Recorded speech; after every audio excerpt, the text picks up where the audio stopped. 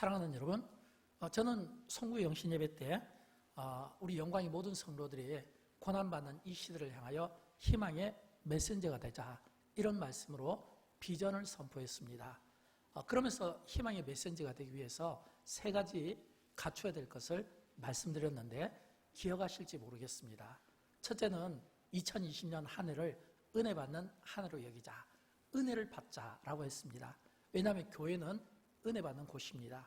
우리가 찬양을 하든 또는 우리가 교사를 하든 또는 우리가 봉사를 하든 우리가 무슨 일을 하더라도 받은 은혜로, 은혜의 힘으로 해야지 우리가 모든 일들이 주님의 은혜 가운데 원만하게 이루어지지 않겠습니까? 또 두 번째는 우리 영혼의 잘됨을 놓고 기도하자고 했습니다. 영혼이 잘되면 범사와 강건은 자동적으로 따라오기 때문입니다.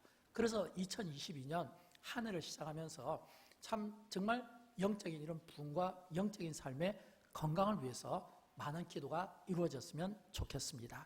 또 세 번째는 하나님을 신뢰하자고 했습니다. 우리가 하나님을 신뢰하고 하나님을 배경으로 우리가 삼을 때, 그분 안에 거할 때, 하나님이 우리의 피난처가 될 때 우리는 이 세상 속에서 흔들리지 않고 요동하지 않는 인생을 살아갈 것을 믿기 때문입니다. 그러려면 무엇보다 우리 인생이 흔들리지 않아야 되잖아요. 저는 2022년 한 해에 첫 시작하는 신년 설교로 이런 기도 제목을 갖게 되었습니다. 하나님, 사랑하는 우리 영광의 모든 성도들이 정말 희망의 메신저가 되기를 원하고, 희망의 메신저의 삶을 살기 위해서는 무엇보다 우리 삶에 있어서 근심이 없는 해가 되게 하여 주옵소서. 그래서 2022년 영광의 모든 성도들의 가정마다, 개인마다, 사업장마다 근심 없는 한 해가 되었으면 좋겠어요. 근심 없는 한 해가 되기 위해서는 무엇보다 우리가 흔들리면 안 되는 거예요. 그러면서 제가 묵상한 인물이 야베스입니다. 왜냐하면 야베스는 자기 인생이 흔들릴 뻔했던 인생이었거든요. 흔들릴 뻔했던, 근데 흔들릴 뻔했던 인생인데 흔들리지 않았던 거예요. 그럼 왜 야베스가 흔들릴 뻔했을까요? 야베스가 흔들릴 뻔했던 것은 그 이름 뜻과 그리고 그의 기도를 보면 알 수 있어요. 왜냐하면 야베스는 그 이름의 뜻이 슬픔, 고통, 이런 뜻이거든요. 그렇다면 그 이름의 뜻이 슬픔과 고통이라면 뭔가 그 삶 속에 어떤 슬픔과 고통이 배어있지 않았겠는가. 또 그의 기도를 보면 또 환난과 근심에서 벗어나게 하옵소서, 이런 기도를 드렸거든요. 그렇다면 그의 기도 가운데 환난과 근심이라는 이 단어를 쓴 것은 그것이 그의 삶을 매우 힘들게 하지 않았겠는가. 뭔가 성경은 야베스의 삶을 구체적으로 우리에게 보여주고 있지 않지만, 그러나 그가 태어난 과정부터 시작해서 그 성장의 과정 속에 뭔가 그 안에 있는 슬픔, 고통, 환난, 근심, 이런 것들이 막 짓누르고 있는 거예요. 여러분, 한 가지만 우리에게 온다 하더라도 그 하나가 정말 우리의 삶을 힘들게 만들 수 있어요. 근데 여러 개가 겹쳐서 이게 오버랩이 되면 얼마나 그의 삶이 피곤하고 고단하고 힘들까, 이런 생각을 가져보면서, 그러면서 또 동시에 우리 자신들을 돌아보게 되었습니다. 왜냐하면 야베스가 환난, 근심 또는 슬픔, 고통, 이런 삶으로 그가 힘들었을 거라면 우리에게는 그런 삶이 없겠습니까? 우리가 송구 영신 예배 때 희망으로 나갑시다, 희망으로 출발합시다, 희망의 메신저가 됩시다, 그러면서 우리가 희망으로 출발했지만, 그러나 여전히 우리 안에 있는 뭔가 짓누르고 있는 이 근심을 우리가 다 날려버릴 수는 없다고 하는 겁니다. 제가 2021년 연말에 했던 설교 가운데 가장 연말 설교에서 많이 사용한 성경 구절이 있어요. 여호와께 내 짐을 맡기라, 여호와께 내 짐을 맡기라. 작년 연말 12월 내내 새벽에 설교할 때마다 우리의 짐을 하나님께 맡기고 다 이제 우리가 새 출발을, 우리가 새 희망으로 새해를 맞이합시다, 그렇게 해서 하나님께 우리의 모든 짐을 맡깁시다 라고 했음에도 불구하고 믿지 못하는 성도들, 또는 믿고 싶어하지 않는, 또는 믿어지지 않는 이런 현실이 또 우리 앞에 놓여지는 것을 우리가 부인할 수 없다고 하는 겁니다. 그래서 현대인들에게 이 근심이라는 단어가 얼마나 힘들게 느껴진지 알 수가 없어요. 왜냐하면 이 근심의 사전적인 의미를 보게 되면 해결되지 않은 일 때문에 속을 태우거나 우울해하다, 이런 뜻이 있거든요. 또 성경 사전을 보면 이 근심은 마음을 확 뒤집어 놓을 정도로 고통을 느끼게 하는 괴로운 상태를 이야기하는 겁니다. 그렇다면 여러분, 이 근심이 우리 안에 있다, 이건 어떤 의미일까요? 이 의미는 이런 의미 아니겠습니까? 생각이 많아진다는 거예요. 생각이 많아진다. 근심의 특징 가운데 하나는 생각이 많아지는 겁니다. 그리고 이 근심이 우리 안에서 생각이 많아지면서 오래 놔두면 이게 불면증으로 올 수도 있고 염려로 올 수도 있고 또 이 근심이 우리를 굉장히 낙심되게 하는 거예요. 그래서 근심과 가장 가까운 단어가 낙심이라는 단어입니다. 또 이 근심과 이 낙심은 우리가 주 안에서 기쁘게 살아갈 수 없는 이런 어떤 반대되는 단어이기도 하다라고 하는 겁니다. 그래서 우리 그리스도인들은, 믿음의 사람들은 우리가 근심 없는 한 해로 살아가며 희망의 메신저에 축복된 이 새해를 우리가 펼쳐나가기 위해서는 무엇보다 근심이 우리에게 찾아올 때 우리가 어떻게 반응할 것인가, 저는 이게 참 중요하다고 생각합니다. 여러분, 근심의 벽이 있습니까? 근심의 벽 앞에, 근심이 내 앞에 놓여졌을 때 어떻게 반응합니까? 이 근심 때문에 나는 한 발자국도 나갈 수가 없어. 이 근심이 내 인생의 끝인 것 같다 라고 이렇게 말하는 인생이 아니라, 우리 그리스도인들은 예수를 믿기 때문에 우리가 하나님을 신뢰한다는 것은 비록 근심이 내 앞에 나를 탁 장병치고 이것이 염려로 되어 있다 할지라도, 그러나 이 근심이 끝이 아니다 이렇게 말할 수 있어야 돼요. 이 근심의 너머에는 뭔가 새로운 희망이 있다 이렇게 말할 수 있어야 되겠죠. 위대한 희망의 세계가 있다 라고 이렇게 말할 수 있는 그런 믿음을 저와 여러분이 가졌으면 좋겠어요. 왜냐하면 저는 야베스에게서 그 이유를 발견하기 때문입니다. 야베스가 그가 흔들릴 뻔했다는 것은 그 이름이 주는 뜻과 그의 기도 내용 가운데 근심과 환란이었거든요. 근데 우리가 야베스를 보면 알잖아요. 그가 기도의 응답을 통해서 인생을 확 바꿔놓은 사람이잖아요. 인생을 뒤집어 놓은 사람이잖아요. 인생을 역전시킨 사람이잖아요. 이 야베스는 딱 그가 어떤 사람이냐면, 자기의 가지고 있던 이 근심을 가지고 기도하는 가운데 기적의 삶으로 그의 인생이 바뀌어진 대표적인 사람 가운데 하나 아닙니까? 그래서 오늘 본문은 그런 의미에서 우리가 다시 한번 본문을 함께 읽어보면 좋겠어요. 읽어보도록 할까요? 야베스가 이스라엘에 하나님께 아뢰어 이르되, 주께서 내게 복을 주시려거든 나의 지역을 넓히시고 주의 손으로 나를 도우사 나로 환난을 벗어나 내게 근심이 없게 하옵소서 하였더니 하나님이 그가 구하는 것을 허락하셨더라. 아멘. 여러분, 본문에서 강조되는 것은 야베스가 기도했다는 겁니다. 이 말은 야베스는 기도의 사람이라는 겁니다. 이 말은 야베스가 오늘 이 본문을 통해서 기도의 능력을 우리에게 보여주고 있습니다. 어떤 능력일까요? 이스라엘의 하나님께 아뢰어 이르되 라고 했을 때, 이 아뢰어, 이 말은 기도하니까 마지막 끝에 보면 하나님이 그가 구하는 것을 허락하셨더라. 이 허락하셨더라, 이 말은 응답하셨더라 이런 뜻이잖아요. 저는 그런 의미에서 아뢰어 허락하셨더라, 이것이 오늘 우리의 신앙의 공식이고 영적인 법칙이고, 우리가 아뢰어 허락하셨더라, 기도하였더니 응답하셨더라, 이런 이 신앙생활을 저와 여러분이 살았으면 좋겠어요. 내가 하나님 앞에 기도하니까 하나님께서 응답하셨더라, 이런 이 기도의 응답이 오늘 저와 여러분의 신앙생활에서 일상이 되었으면 좋겠습니다. 본문에 보면 야베스는 그의 근심을 놓고 그가 하나님 앞에 기도하는 가운데 응답을 받았다고 되어 있습니다. 그런데 여러분, 이 기도할 때 응답을 받았다고 했는데, 그렇다면 이 기도가 어떤 기도일까요?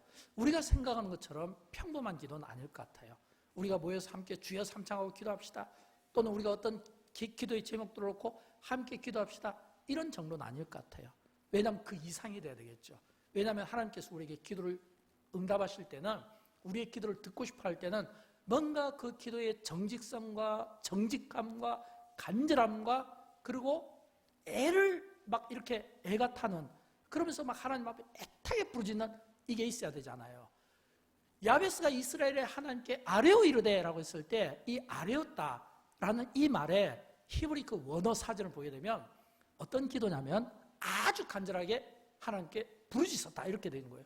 아주 간절하게 하나님께 부르짖었다. 그러면 지금 이 야베스가 기도하니까 응답받았더라, 하나님께 기도하니까 응답받았다, 이게 우리 신앙의 공식이 돼야 되는데, 이때 이 기도는 단순한 기도가 아니라는 거예요. 영광기가 어떤 2030, 2020, 2020 이런 비전을 놓고 기도하는 이런 공동의 기도가 아니라, 자신의 문제를 놓고 매우 간절한 그런 무거운 어떤 인생의 짐을 놓고 하나님 앞에 기도함으로써 인생을 역전시키고 기적으로 바꾸는, 반전시키는 이런 이 기도가 야베스의 생애에 있었다고 하는 것입니다. 여러분, 기도 응답은 이처럼 간절함에서 시작되는 겁니다. 왜일까요? 하나님은 우리에게 기도 응답을 하시고 우리를 만나 주실 때 역대하 16장 9절을 보면 이런 말씀이 나오거든요. 여호와의 눈은 온 땅을 두루 감찰하사 전심으로 자기에게 향한 자들을 위하여 능력을 베푸시나니 그랬거든요. 하나님의 능력이 누구에게 임하냐면 전심으로 자기에게 향한 자들을. 이 말은 무엇을 뜻할까요? 야베스의 경우를 놓고 보면 야베스가 자신의 어떤 어려운 처지를 놓고 하나님 앞에 전심으로 기도했더니 하나님께서 그 기도에 응답을 주셨는데 그 응답이 능력으로 나타나게 되었다고 하는 겁니다. 사랑하는 여러분, 2022년 새해에 저는 영광교회 모든 성도들이 하나님께 아뢰어 허락하셨더니 하나님께 아뢰어 기도했더니 하나님께서 허락하셨더라, 응답하셨더라. 하나님께 기도하고 응답하는 이 영적인 공식이 영광교회 모든 성도들에게 동일하게 적용되면 좋겠습니다. 할 수만 있으면 이 기도의 경험들이 저와 여러분의 매 삶 속에 있었으면 좋겠습니다. 매일 이런 기도의 응답들이 경험되는 한 해가 되었으면 좋겠어요. 그래서 야베스에게 있었던 이 근심이 오늘 저와 여러분에게 있어서 변하여 기쁨이 되고 찬송이 되는 은혜가 있었으면 좋겠습니다. 저는 그런 의미에서 오늘 본문에 보면 야베스가 하나님 앞에 기도할 때 그가 어떤 기도를 드렸는가, 그가 자신의 한계를 어떻게 뛰어넘는가 라고 했을 때 네 가지로 살펴볼 수 있습니다.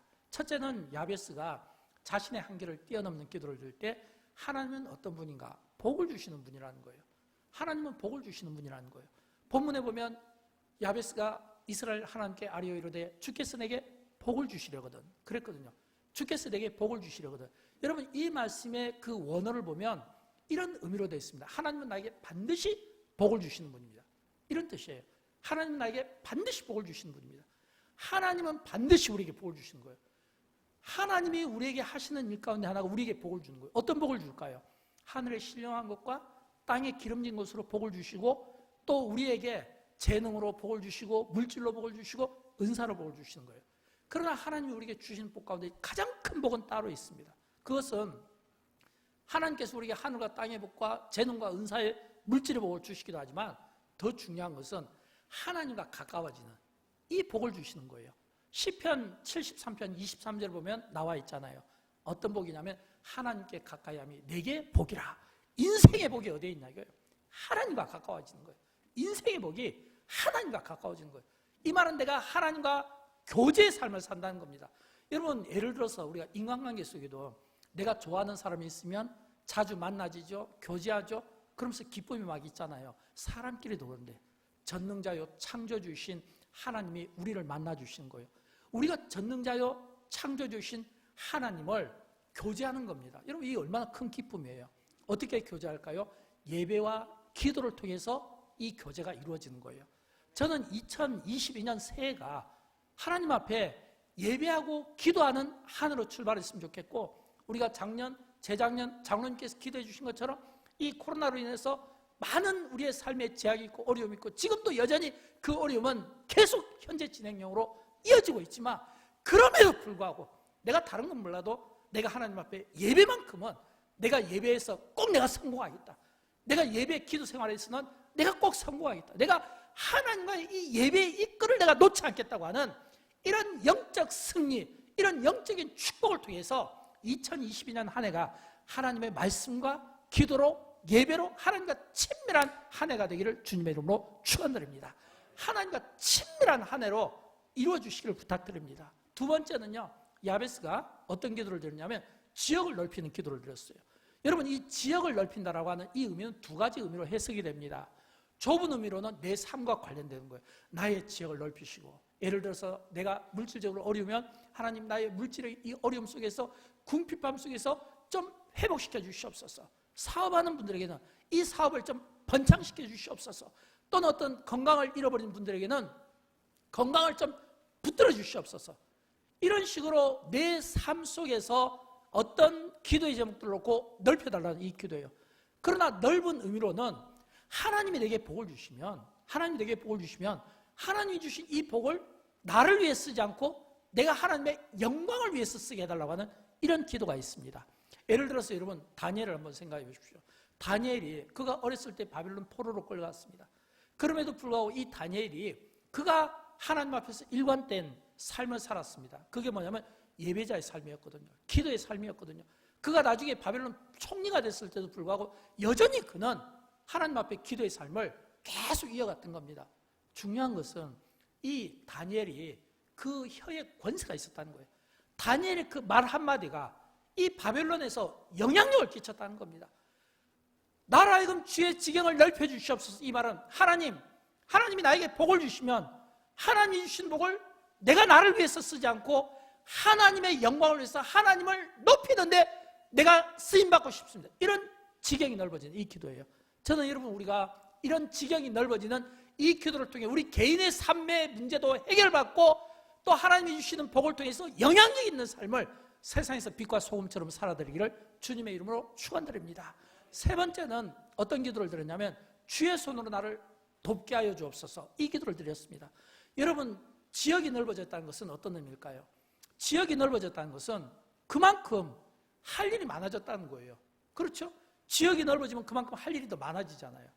할 일이 많아졌다는 것은 내가 혼자 감당하기 어렵다는 뜻 아니겠습니까? 그러니까 할 일이 많아졌으니까 하나님 주의 손으로 나를 도와주세요. 이때 이 주의 손은 하나님의 임재, 하나님의 권능, 하나님의 치유, 전능자이신 그 손길로 내가 할 수 없는 일까지 다 도와서 나의 이 넓은 지역을 감당해 주시자는 이런 이 기도인 겁니다. 저는 이런 기도가 참 중요하다고 생각합니다. 하나님께서 우리의 인생 가운데 개입하셔서 요셉의 삶 가운데 하나님이 동행하셨더라, 다윗의 삶 속에서 하나님이 찬양으로 영광 받으셨더라 라고 했던 것처럼 오늘 살아가는 우리 영광의 모든 성도들 가정가정마다 하나님께서 우리 인생을 찾아와 주시고 주의 손이 우리를 붙들어 주셔서 영광교회도 부흥하고 이 땅의 모든 교회도 부흥하고 가정가정마다 찾아와 주셔서 오늘 우리가 할 수 없는 일을 주의 손으로 직접 감당해 주심으로 말미암아 전능자요 창조주신 그 손길을 통해서 우리의 문제들이 해결받고 우리의 지경이 넓어지고 주의 손이 도움으로 말미암아 내가 피곤치 않고 어떤 일이든지 내가 다 감당해낼 수 있는 이런 능력들이 오늘 주님의 은혜 가운데 나올 수 있기를 진심으로 축복합니다. 성경에 보면 그런 일들이 한두 가지가 아니에요. 그런 일들이, 예를 들어서 우리가 이 초대교회 하나를 보더라도 이 사도행전에 보면 교회가 부흥할 때 그냥 부흥한 게 아니에요. 주의 손이 그들과 함께함으로 교회 부흥의 역사가 일어났다는 것을 우리는 볼 수 있는 겁니다. 사도행전 11장 21절 말씀이 그 말씀이잖아요. 같이 한번 읽어보도록 할까요?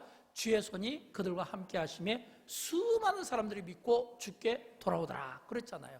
주의 손이 그들과 함께 하심에 수많은 사람들이 믿고 주께 돌아오더라 라고 했던 것처럼 올 한 해도 하나님께서 우리 영광교를 통해서 영광의 모든 사랑하는 성도들을 통해서 하나님이 기뻐하시는 하나님의 뜻 가운데 하나님이 인도하시는 대로 우리가 이끌림 받고 쓰임 받을 때 우리 인간의 정욕과 욕심대로 구하는 것이 아니라 주의 손이 영광교를 붙들고 주의 손이 사랑하는 성도들의 삶을 붙들고 주의 손이 우리를 돕는 이런 구원의 역사, 부흥의 역사가 있었으면 하는 바람인 것입니다. 네 번째는요, 야베스의 기도 가운데 환난을 벗어나 근심이 없게 하옵소서, 이 기도를 드린 거예요. 여러분, 여기에서 이 야베스가 나로 환난을 벗어나 라고 했을 때 이 환난은 두 가지 의미입니다. 하나는 고난에 대한 환난입니다. 예를 들어서 야베스가 이름이 뜻이 슬픔, 고난이잖아요. 슬픔, 고통. 그렇다면 뭔가 이 야베스의 삶에 어떤 슬픔, 고난이라는 무거운 짐이 있지 않겠어요? 또 그가 기도할 때 근심을 이야기했으니까 뭔가 자기 마음에 근심된 일이 있지 않겠습니까? 이런 어떤 고통스러운 그런 환난이 있는가 하면 또 두 번째 환난은 사탄이 주는 시험이에요. 악이 주는 시험이에요. 우리가 욥을 보면 알 수 있잖아요.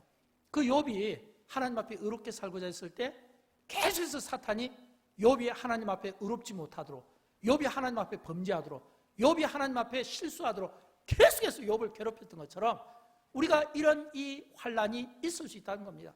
그러므로 야베스가 나로 하여금 환난을 벗어나 근심이 없게 하옵소서. 이 말은 하나님, 오늘 내 인생을 무겁게 하는 고통과 질병과 또 어떤 여러 경제적인 영적인 이 어려움으로부터 보호해 주십시오.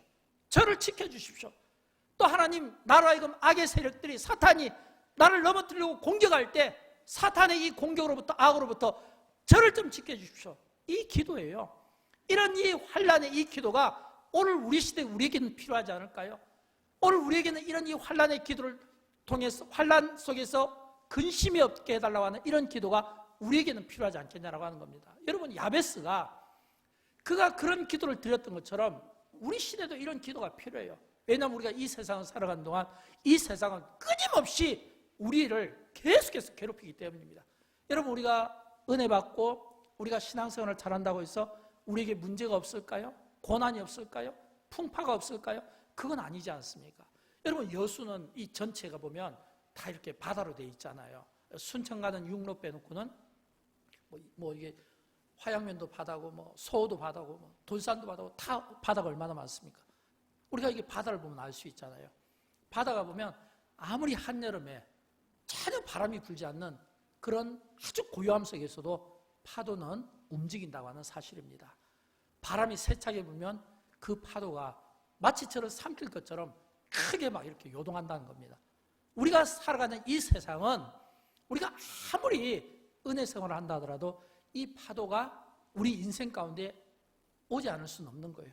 그래서 우리는 계속해서 이 파도 속에 때로는 막 멀미가 나기도 하고 때로는 막 토하기도 하고 때로는 막 고통스럽기도 하고 이런 어떤 고통의 짐이 영적으로 육적으로 물질적으로 질병의 문제로 계속해서 우리가 찾아오는 겁니다. 그래서 야베스가 기도하는 거예요. 나로 환난을 벗어나 근심이 없게 하옵소서. 나로 환난을 벗어나 근심이 없게 하옵소서. 우리가 근심 없는 한 해가 되기 위해서는 하나님이 우리로 하여금 모든 시험과 모든 문제와 모든 악의 세로부터 우리를 지켜주시고 보호해 주시지 않는 한 해는 근심 없이 살아갈 수가 없다라고 하는 것입니다. 저는 이런 의미에서 오늘 우리 그리스도인들이 야베스를 통해서 지혜를 배웠으면 좋겠어요. 왜냐하면 야베스가 그렇게 흔들릴 수 있는 그런 흔들릴 상황 속에서 그가 하나님 앞에 기도했다고 했잖아요. 기도했더니 하나님께 응답을 받았다고 했잖아요. 여러분, 여기서 우리는 기도의 중요성을 배우게 됩니다. 그게 뭔지 압니까? 기도하는 사람들은요, 웬만한 시험에 흔들리지 않는다는 겁니다. 기도하는 사람은요, 웬만한 인생의 어려움이 찾아왔을 때 그 인생의 어려움 속에서 주저앉지 않는다는 겁니다. 이게 기도하는 힘이에요. 기도하는 사람들은요, 쉽게 고통에 굴복당하지 않습니다. 야베스가 기도로 자기의 운명을 바꿨던 것은 그가 하나님에 대한 확신이었고, 그가 하나님 앞에 기도하면 반드시 하나님이 기도에 응답한다는 것을 믿었기 때문입니다.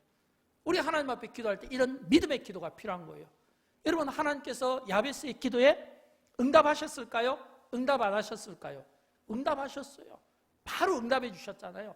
어떻게 응답해 주셨을까요? 오늘 10절 끝부분에 보면 하나님이 그가 구하는 것을 허락하셨더라 그랬잖아요. 이게 기도의 응답이에요. 하나님이 그가 구하는 것을 허락하셨더라. 하나님은 우리가 기도할 때 우리의 그 기도를 보시고 그 기도에 반응하실 때 허락하십니다. 응답하시는 거예요.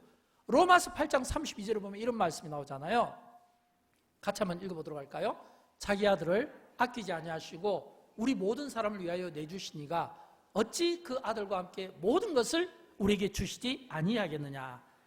간절히 구하는 자에게 하물며 자기 아들을 아끼지 아니하고 모든 것을 내주신 하나님께서 어찌 우리에게 모든 것을 주시지 아니하시겠나.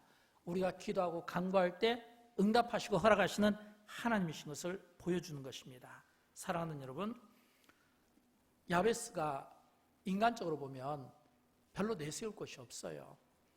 왜냐하면 그 이름의 뜻대로 슬픔과 고통이고 그의 기도처럼 환난과 근심의 삶이 있지 않았습니까? 그럼에도 불구하고 성경은 이 야베스의 이 기도를 우리에게 주목하게 하는 것은 그가 그 기도로 인생을 바꿨다는 겁니다. 여러분, 우리가 하나님 앞에 믿음의 기도를 드릴 때 이렇게 우리의 인생이 바뀌고 역전될 수가 있는 겁니다. 내 삶이 고통스럽습니까? 하나님께 작년 한 해 동안 모든 그 짐들을 맡겼음에도 불구하고 여전히 내 안에 이 근심이 사라지지 않고 있습니까? 저는 야베스에게 힌트를 얻었으면 좋겠어요. 야베스가 근심 없게 하옵소서 라고 기도했을 때 허락된 것처럼 우리 안에 있는 근심, 영적인 근심 또는 육적인 근심, 질병의 근심, 물질의 근심, 이런 근심들을 다 내어 맡기고 하나님 앞에 기도하는 가운데 하나님, 영광교회 모든 성도들의 교회가 2022년 한 해가 근심이 없는 해가 되게 하옵소서.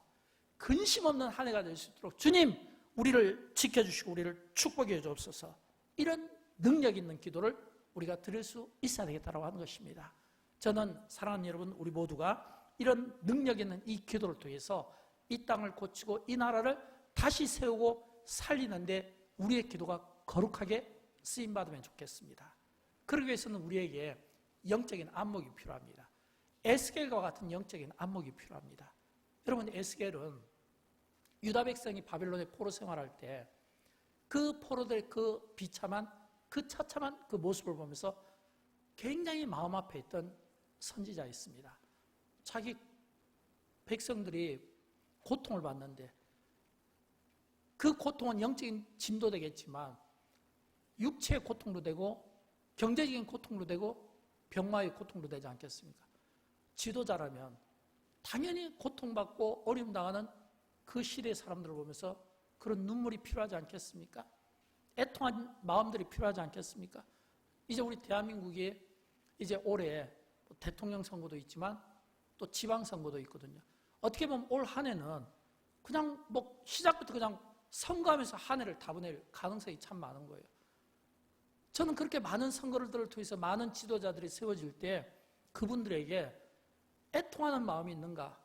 그 많은 고난받고 고통받는 사람들을 보면서 정말 울어줄 수 있는 마음이 있는가? 자기 변명이 아니라 상대의 입장에서 이해할 수 있는 마음이 있는가? 긍휼의 마음이 있는가? 따뜻한 마음이 있는가? 사랑의 마음이 있는가? 이런 마음들이 필요할 것 같아요. 지도자라면 그래야 되지 않겠습니까? 저는 우리가 이런 이 에스겔의 안목을 좀 가졌으면 좋겠어요. 이런 에스겔의 이 안목을 우리가 목말라 할 때 하나님의 에스겔을 찾아와 주신 것처럼 우리를 찾아와 주시고 하나님이 그런 목마름을 가진 에스겔을 통해서 일하실 때 기적이 일어나는 것처럼 우리가 그런 목마름을 가지고 있을 때 하나님은 그런 목마름과 영적인 갈증을 가진 우리를 통해서 일하시면 우리를 통해 놀라운 일이 일어난다 이거예요. 여러분, 하나님이 에스겔을 통해서 어떤 일을 하셨을까요? 에스겔서 37장 1절 말씀을 보면 알 수 있습니다. 우리 같이 한번 읽어보도록 할까요? 여호와께서 권능으로 내게 임재하시고 그의 영으로 나를 데리고 와서 골짜기 가운데 두셨는데 거기 뼈가 가득하더라 이렇게 되어 있어요. 그 자기 민족의 고난받는 그 민족을 향해서 아픈 마음을 가지고 애타는 마음을 가지고 슬픔을 가지고 눈물을 가지니까 하나님께서 그 권능으로 그 손으로 임재하셔서 이 에스겔을 데리고 어디로 가냐면 골짜기를 데려간 거예요. 거기는 뼈가 가득 놓여 있었습니다. 여러분, 거기에 있는 그 뼈가 무슨 소망이 있겠습니까? 거기에서 무슨 희망이 있겠습니까? 그런데 왜 하나님께서 하나님의 영이 이 에스겔을 그 골짜기의 마른 뼈들을 보게 해주셨을까요? 왜일까요? 그 마른 뼈들을 보게 해주신 것은 하나님께서 그 마른 뼈들 하나까지도 포기하지 아니하시는 하나님이지만 그 마른 뼈들을 보면서 포기하지 아니하시는 그 하나님의 마음에서 이스라엘을 사랑하는 하나님의 백성을 사랑하는 그 마음을 에스겔에게 보여준 겁니다. 똑같은 그런 마음들을 우리가 받았으면 좋겠어요. 우리가 나라를 위해서, 교회를 위해서, 이 땅에 있는 모든 고난받는 분들을 위해서 애타는 마음을 가질 때 하나님께서 에스겔을 통해서 보여준 그 마른 뼈의 그 환상이 하나님이 그 마른 뼈까지도 사랑하는 것처럼 내가 너를 사랑하고 너희 민족을 사랑한다는 것을 보여줬으면 좋겠어요. 그런 그 확신을 가지고 우리가 이 세상을 살았으면 좋겠습니다. 여러분, 에스겔이 하나님이 그 환상을 보여주고 말씀하니까 그대로 순종할 수밖에 없잖아요. 우리가 순종하지 못하는 것은 확신이 없어서 그래요. 하나님이 우리에게 말씀하시고 그 말씀이 하나님의 말씀인 것이 믿어지면 생명을 내걸고 순종합니다. 초대교회 성도들이 그 고난의 십자가를 질 수 있었던 것은 그 참수를 당하면서도 그들의 믿음을 저버리지 않았던 것은 확신이었어요. 어떤 확신이에요? 아멘 주 예수여 어서 오시옵소서. 마라나타의 확신이 있었어요. 메멘토 모리, 우리가 지금 죽는다 하더라도 우리가 그리스도와 함께 그 영광스러움을 보게 된다고 하는 확신이 있었은 거예요. 지금 내가 당하는 이 고난이 훗날 우리가 받게 될 영광과 비교할 수 없다고 하는 확신이 있었기 때문이에요. 오늘 우리에게 이런 확신이 필요합니다. 여러분, 에스겔이 순종했을 때 에스겔서 37장 10절과 14절 말씀을 보면 생기가 그들에게 들어가며 그들이 곧 살아나서 일어났는데 극히 큰 군대더라. 또 14절에 보면 내가 내 영을 너희 속에 두어 너희가 살아나게 하고, 에스겔이 순종할 때 하나님의 그 영이 들어가니까 그 마른 뼈들이 살아났다는 거예요. 군대를 이루더라는 거예요. 그 영을 넣으니까 너희가 똑같이 살아난다고 하는 이런 희망의 말씀인 겁니다. 저는 여러분, 우리가 하나님 앞에 믿음의 기도를 드리고 하나님을 신뢰하는 가운데 우리가 하나님 앞에 예비하며 그 믿음의 그 기도를 드릴 때 우리의 믿음의 기도가 그 에스겔의 그 순종을 통해 하나님의 생기가 그 마른 뼈에 들어가서 뼈들이 다시 살아난 것처럼 오늘 죽어가는 이 땅, 병들어가는 이 땅, 고난으로 가득 차 있는 이 땅, 재앙으로 가득 차 있는 이 땅에 우리의 기도가 하나님의 생기를 일으키면 그 하나님의 생기를 통해 모든 전염병들이 한순간에 날아가게 될 줄로 믿습니다. 죽었던 심령들이 살아나게 되는 거예요. 어둠이 빛 가운데로 일어나게 되는 거예요. 우리가 기도할 때 하나님의 성령이 일어나면 그 하나님의 그 성령의 역사가 이런 놀라운 기적 같은 일들이 일어난다는 거예요. 여러분, 이게 기도의 힘입니다. 기도의 능력이 이거예요. 우리가 하나님 앞에 정말 간절하게 우리의 문제를 놓고 절실하게 기도했을 때 이런 이 기도의 능력이 나타난다고 하는 것입니다. 저는 영광교회가 2022년 한 해에 모든 성도들이 희망으로 출발했으면 좋겠어요. 희망으로 출발하는데 우리의 최고의 걸림돌은 근심입니다. 이 근심 없는 한 해가 되기 위해서는 우리가 어떻게 해야 될 거예요? 우리가 하나님과 친밀한 교제가 필요합니다.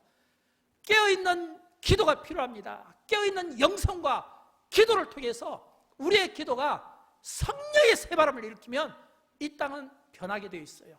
죽어가는 땅은 살아나게 되어 있습니다. 전염병들은 물러나게 되어 있습니다. 만약 우리가 우리의 기도를 통해서 이 생기, 하나님의 영을, 이 성령의 새바람을 일으키기만 한다면 우리 안에 있는 어떤 근심 문제, 해결받지 못할 문제가 있겠습니까? 저는 여러분, 그런 의미에서 오늘 저와 여러분이 기도하는 가운데 하늘로부터 영권을 받았으면 좋겠어요. 영적인 권세를 받았으면 좋겠어요. 이 하늘의 영권, 영적인 권세로 우리를 근심하게 함으로써 우리가 영혼의 피폐함을 가지고 있었다면 이제는 이 피폐함이 살아서 나의 영혼이 다윗이 법궤 앞에서 춤을 추었던 것처럼 우리의 영혼이 춤을 추는 이런 성령 충만함으로 바뀌었으면 좋겠고요. 병마로 씨름하며 코로나로 지쳐있는 많은 피곤한 인생들에게 하나님의 영이 들어가면서 그 뼈들이 다시 살아난 것처럼 우리의 죽은 영혼들이 살아나고 우리의 죽은 심령들이 살아나고 우리의 얻었던 영혼들이 밝게 비치고 우리가 힘들고 낙심했던 우리의 영혼들, 의기소침했던 우리의 영혼들이 이제는 성령으로 다시금 새로워지는, 뜨거워지는 이런 성령의 새바람이 누구에게요? 기도하는 나를 통해서 시작되는 겁니다. 영광교회를 통해서 시작되는 겁니다. 영광교회를 통해서 이 거룩한 일들이 시작됨으로 말미암아 2022년 한 해를 희망되게 하고 2022년 한 해를 복되게 하고 2022년에 고난받는 모든 성도들에게 야베스가 마치 나를 한번 보십시오. 내가 인생이 넘어질 뻔했어요. 내가 인생이 흔들릴 뻔했어요. 근데 내가 인생에 넘어질 뻔했고 흔들릴 뻔했던 그 기도를 놓고 그 문제를 놓고 내가 하나님 앞에 기도했더니 하나님이 내게 이렇게 응답하셨습니다. 나를 보십시오. 여러분, 똑같이 나를 통해서 한번 배워가시지 않겠습니까? 근심이 있습니까? 기도하였더니 응답하셨습니다. 환난이 있습니까? 기도하니까 응답받았습니다. 고통이 있습니까? 기도하니까 응답받았습니다. 기도하니 응답되었더라 라는 이 영적인 공식이 저와 여러분의 공식이 되어서 날마다 이 영적인 공식이 살아 부활되고 날마다 우리의 삶에서 증거되기를 주님의 이름으로 축원드립니다. 우리 함께 일어나실까요? 함께 찬양할 때 오늘 찬양은 두려워하지 말라. 우리가 희망으로 나가는 데서 최고의 걸림돌은 두려움입니다. 이 두려움만 극복할 수만 있다면, 근데 이 두려움은 어떻게 극복할까요? 오늘 찬양 가운데 답이 나와요. 하나님이 함께 하시면 극복합니다. 주님이 함께 하시면 일어납니다. 오늘 이 찬양 속에서 찬양 가운데 임하시는 하나님의 은혜가 여러분 모두에게 고백되기를 축복합니다.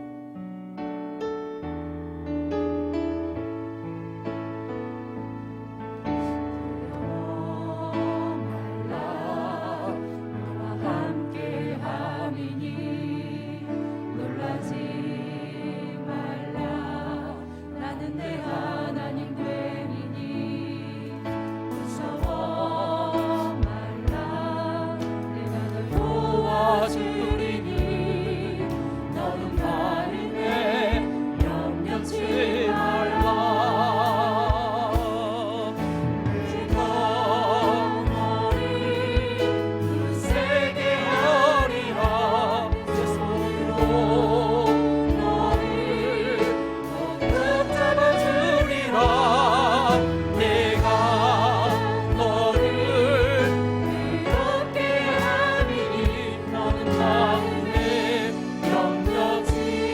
두려워 말라 너와 함께함이니.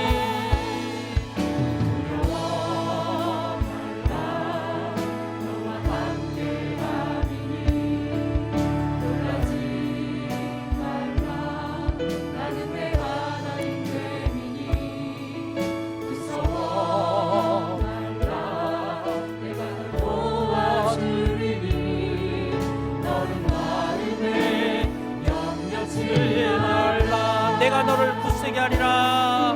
내가 너를 굳세게 하리라. 손으로 너를 붙잡아주리라.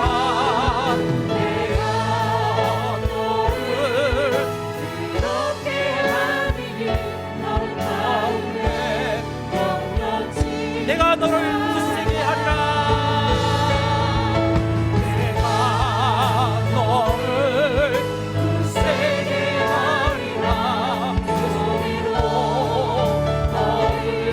붙잡아주리라.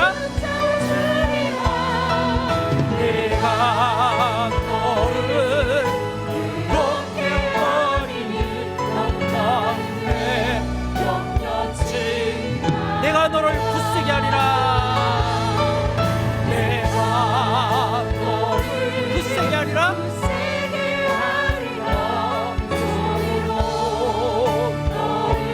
꼭 붙잡아주리라. 주님의 우리의 인생 가운데 우리의 삶을 꼭 붙잡아 가시는 은혜가 있기를 축복합니다. 그렇게 하리니 너는 마음에 염려치 말라. 너는 마음에 염려치 말라. 너는 마음에 염려치 마. 너는 마음에 염려치 말라. 너는 마음에 염려치 말라.